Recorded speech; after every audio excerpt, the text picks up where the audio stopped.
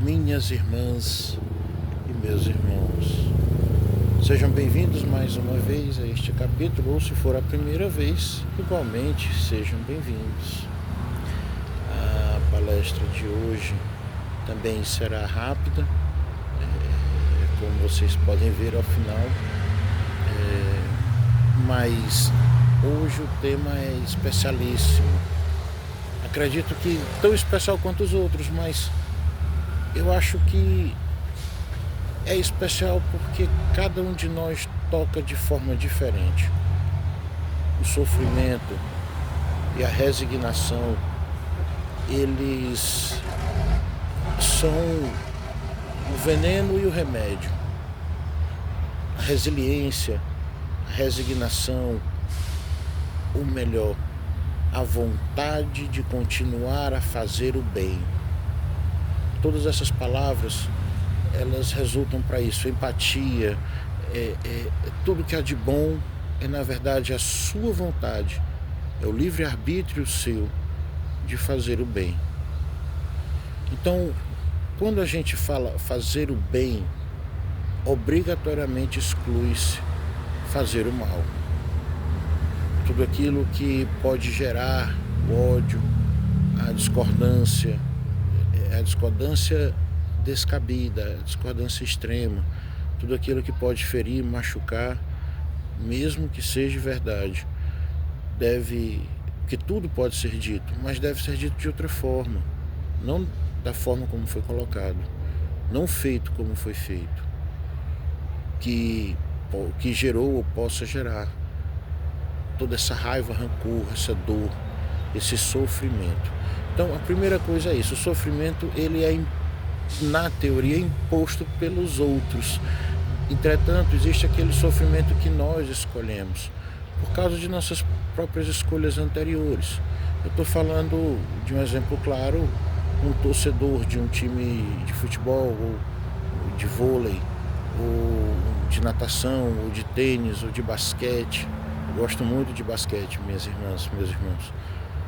Mas, além de kart, claro, o automobilismo como um todo.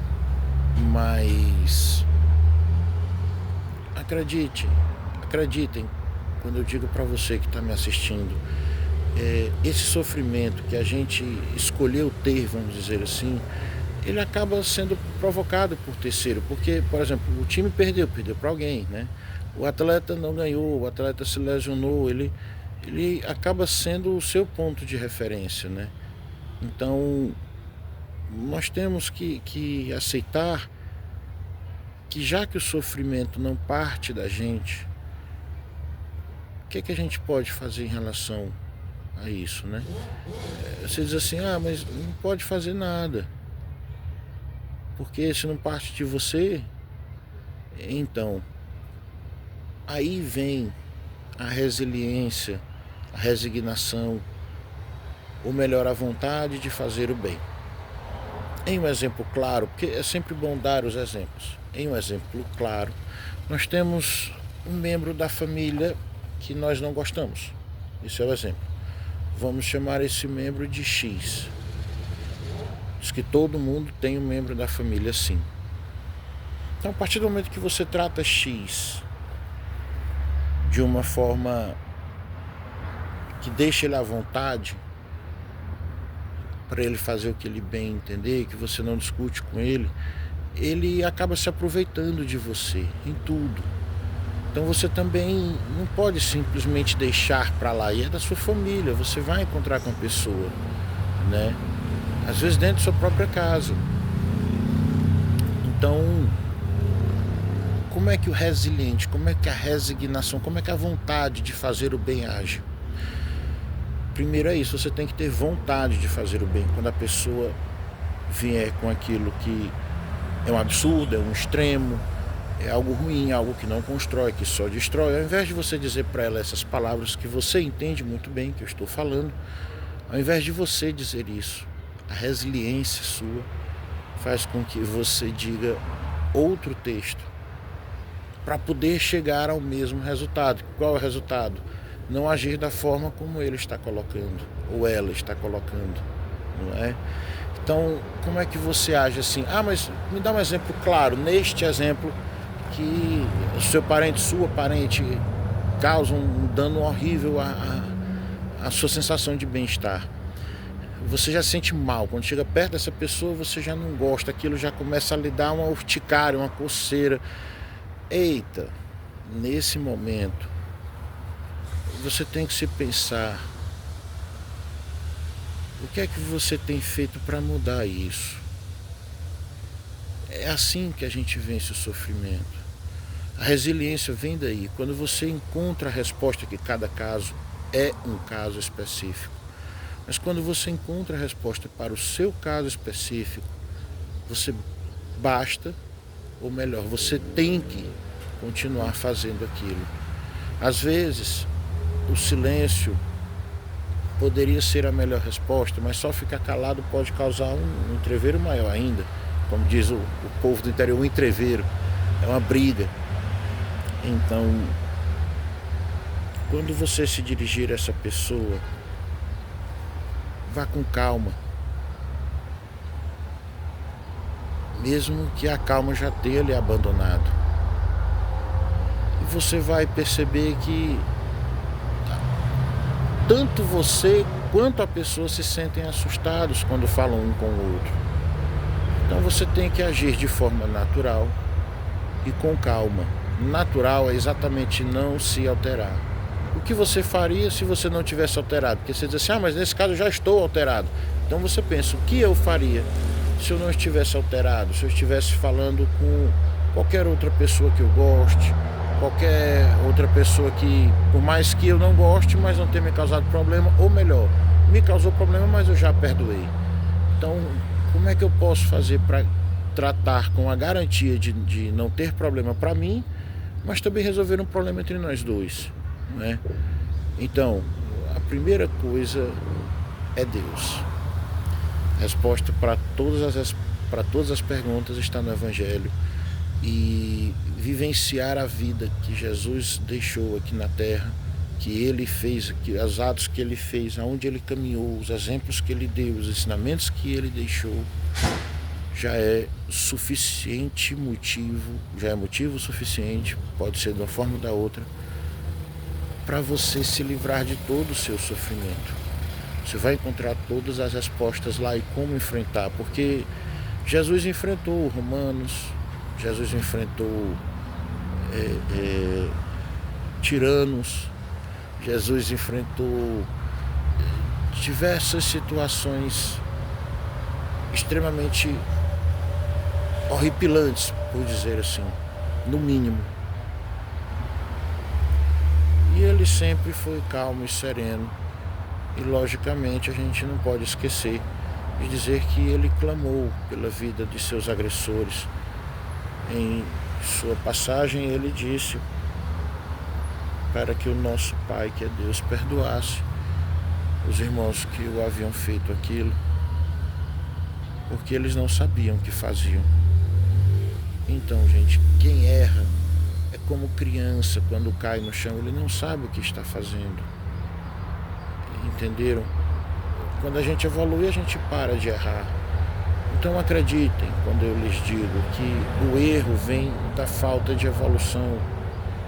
E aí vem a grande questão, como eu toquei no assunto agora, o que é que você está fazendo para ajudar a evolução dessas pessoas, desses seus irmãos? Porque, veja, já que o sofrimento vem de fora, o que é que você está fazendo para contribuir para que o seu irmão, a sua irmã também não sofra? Veja, no exemplo que eu dei, a melhor resposta foi a que eu consegui encontrar. Eu dou minha resposta através do exemplo. E eu não posso deixar de dizer que também comigo aconteceu algo. E dessa maneira eu e meu parente acabamos nos distanciando. Só que isso é errado. Nós temos um grau de parentesco exatamente para sermos próximos. E quando esse meu parente se viu na necessidade de evoluir, ele me procurou. E pediu para realizar uma oração conjuntamente com a minha esposa. E foi maravilhoso, meu Deus.